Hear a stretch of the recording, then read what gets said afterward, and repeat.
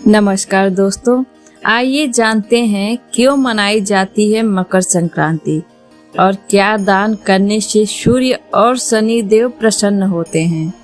मकर संक्रांति के ज्योतिषी महत्व के साथ साथ इसका धार्मिक एवं सांस्कृतिक महत्व भी बड़ा माना गया है। पौराणिक मान्यताओं के अनुसार सूर्य देव शनि देव के पिता हैं। मकर संक्रांति के दिन सूर्य देव अपने पुत्र शनि के घर जाते हैं, जहां वे 1 महीने तक रहते हैं। हिंदू धर्म में हर माह आने वाले व्रत त्योहारों का विशेष महत्व होता है। हिंदू पंचांग के अनुसार पौष माह में मकर संक्रांति के त्योहार का खास महत्व माना जाता है। इस साल मकर संक्रांति का पर्व 15 जनवरी 2024 को मनाया जा रहा है। मकर संक्रांति पर गंगा स्नान, दान और पूजा पाठ का विशेष महत्व होता है। धार्मिक मान्यताओं के अनुसार मकर संक्रांति पर गंगा स्नान करके भगवान सूर्य को अर्घ्य देने से व्यक्ति के जीवन में हर तरह के कष्टों से मुक्ति मिल जाती है और जीवन में सुख सौभाग्य की प्राप्ति होती है।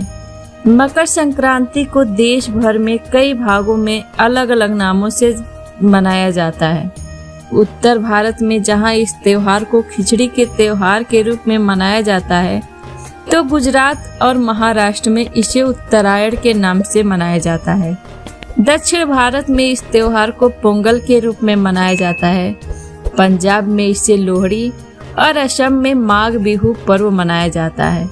आइए जानते हैं मकर संक्रांति के त्योहार का महत्व क्यों विशेष माना जाता है। मकर संक्रांति का ज्योतिषी महत्व। मकर संक्रांति के त्योहार का ज्योतिष में विशेष महत्व माना जाता है। हर साल मूल रूप से मकर संक्रांति 14 जनवरी को मनाई जाती है। इसी दिन से सूर्य उत्तरायण होते हैं। वैदिक ज्योतिष शास्त्र के अनुसार मकर संक्रांति पर सूर्य धनु राशि की यात्रा को विराम देते हुए मकर राशि में प्रवेश करते हैं। दरअसल सभी हिंदू व्रत और त्योहारों की तिथियों की गणना चंद्रमा पर आधारित पंचांग के अनुसार करते हैं, लेकिन मकर संक्रांति का पर्व सूर्य पर आधारित पंचांग के आधार पर करते हैं। पूरे एक वर्ष में कुल 12 संक्रांतियां होती हैं, जिसमें 4 संक्रांति मेष, कर्क, तुला और मकर संक्रांति बहुत महत्वपूर्ण मनाई गई है। पौष मास में जब सूर्य धनु राशि से निकलकर मकर राशि में प्रवेश करते हैं, तो मकर संक्रांति के रूप में जाना जाता है। सूर्य के मकर रेखा से उत्तरी कर्क रेखा की ओर जाने को उत्तरायण और कर्क रेखा से दक्षिणी मकर रेखा की ओर जाने को दक्षिणायन कहते हैं। मकर संक्रांति का धार्मिक महत्व। मकर संक्रांति के ज्योतिषी महत्व के साथ साथ इसका धार्मिक और सांस्कृतिक महत्व भी बड़ा माना गया है। पौराणिक मान्यताओं के अनुसार सूर्य देव शनि देव के पिता हैं। मकर संक्रांति के दिन सूर्य देव अपने पुत्र शनि के घर जाते हैं, जहां वे 1 महीने तक रहते हैं। शनि देव मकर और कुंभ राशि के स्वामी हैं। इस तरह से मकर संक्रांति पिता और पुत्र के मिलन के रूप में देखा जाता है। वहीं एक दूसरी कथा के अनुसार मकर संक्रांति के दिन ही भगवान विष्णु ने असुरों के आतंक से पृथ्वी लोक के वासियों को मुक्ति कराने के लिए असुरों का संहार कर उनके सिरों को काट कर मंदरा पर्वत पर गाड़ दिया था।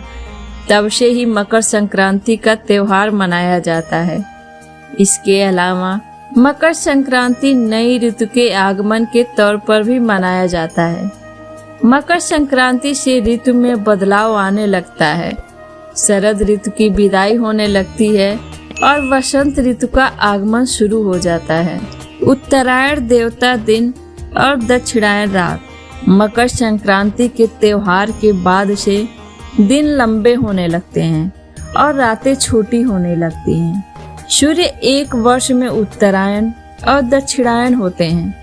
शास्त्रों के अनुसार उत्तरायण देवताओं का दिन और दक्षिणायन देवताओं की रात मानी जाती है। सूर्य जब दक्षिणायन में रहते हैं तो इस दौरान देवी देवताओं की रात्रि और उत्तरायण के 6 माह को दिन कहा जाता है। दक्षिणायन को नकारात्मकता और अंधकार का प्रतीक, जबकि उत्तरायण को सकारात्मकता और प्रकाश का प्रतीक माना गया है। दूर होते हैं शनि दोष। मकर संक्रांति पर भगवान सूर्य की उपासना, दान, गंगा स्नान और शनि देव की पूजा करने से सूर्य और शनि देव से संबंधित तमाम तरह के कष्ट दूर हो जाते हैं। दरअसल सूर्य देव अपने पुत्र शनि से मिलने स्वयं उनके घर जाते हैं और शनि देव मकर राशि के स्वामी हैं। उसमें सूर्य के प्रवेश मात्र से शनि का प्रभाव क्षीण हो जाता है। मकर संक्रांति की पौराणिक मान्यताएं। मकर संक्रांति के दिन ही भीष्म पितामह महाभारत युद्ध समाप्ति के बाद सूर्य के उत्तरायण होने की प्रतीक्षा में मकर संक्रांति को प्राण त्यागे थे। मकर संक्रांति पर ही देवी यशोदा ने श्री कृष्ण को प्राप्त करने के लिए व्रत किया था। मकर संक्रांति के दिन ही गंगा कपिल मुनि के आश्रम से होकर सागर में जा मिली थी और भागीरथ के पूर्वज महाराज सगर के पुत्रों को मुक्ति प्रदान की थी। मकर संक्रांति पर क्या उपाय करना चाहिए? मकर संक्रांति पर कुछ उपाय करने से कष्टों से मुक्ति और पुण्य की प्राप्ति होती है। मकर संक्रांति के दिन सूर्योदय से पहले स्नान करना चाहिए। ऐसा करने से 10,000 गौ दान का फल प्राप्त होता है। इस दिन ऊनी कपड़े, कंबल, तिल और गुड़ से बने व्यंजन और खिचड़ी आदि दान करने से सूर्य और शनि देव की कृपा प्राप्त होती है। मकर संक्रांति पर प्रयाग के संगम तट पर स्नान करने से अच्छे पुण्य की प्राप्ति होती है। मकर संक्रांति पर तिल का दान, घी का दान, गुड़ का दान और खिचड़ी का दान करने से शुभ फलों की प्राप्ति होती है। दोस्तों, अगर आपको मेरी ये वीडियो पसंद आई हो तो लाइक और शेयर करें और मेरे चैनल को सब्सक्राइब करके बेल आइकन प्रेस कर ले जब भी मैं ये वीडियो डालूँ ऐसी तो आपको सबसे पहले मिले। और कमेंट के माध्यम से हमें अपना सुझाव जरूर दें। धन्यवाद।